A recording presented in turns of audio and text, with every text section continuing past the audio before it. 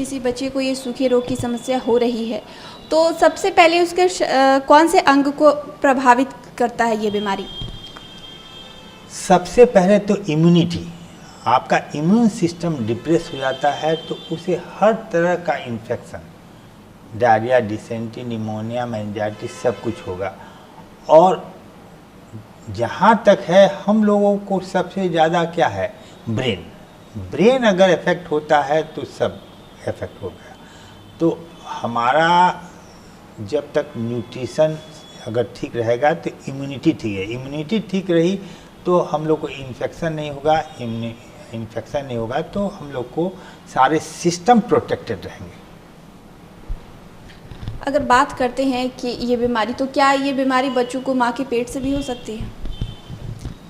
Yes, हाँ, आपने बहुत अच्छी बात पूछी। इसे कहते हैं इंट्रा यूट्राइन ग्रोथ रिटार्डेशन। अगर माँ के कोई बीमारी है, चाहे माँ का प्लेसेंटा है जिसे कहते हैं पुरैन, जो माँ का प्लेसेंटा एक मांस के आकार का थक्का रहता है जो माँ के बच्चेदानी से सटा रहता है, और उसी से माँ और बच्चे में कनेक्शन होता है।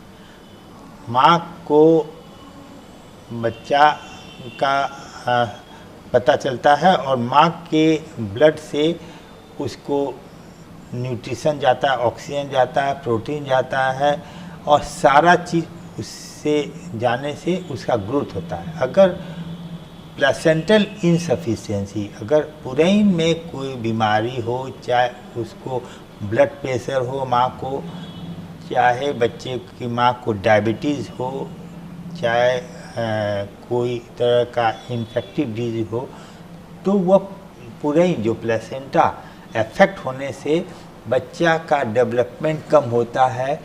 तो बच्चे का जन्म जब होगा अकॉर्डिंग टू एज नहीं होगा। बच्चे का जन्म के समय अगर 2.5 किलो से कम होता है तो उसे हम लो बर्थ वेट बोलते हैं।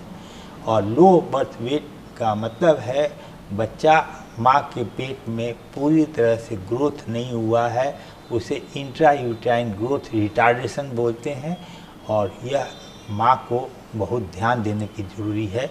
और जैसे एक मैं कहूँगा कि हर बच्चे को अगर हम लोग चाहते हैं कि पूरी तरह से न्यूट्रिशन और उसका ब्रेन डेवलप हो, तो 1000 डे बहुत इम्पॉर्टेंट है। 1000 डे का मतलब है कि प्रेगनेंसी के पहले दिन से लेकर के दूसरे साल के जन्मदिन तक, माने 2 साल तक के एज को 1000 डे बोलते हैं।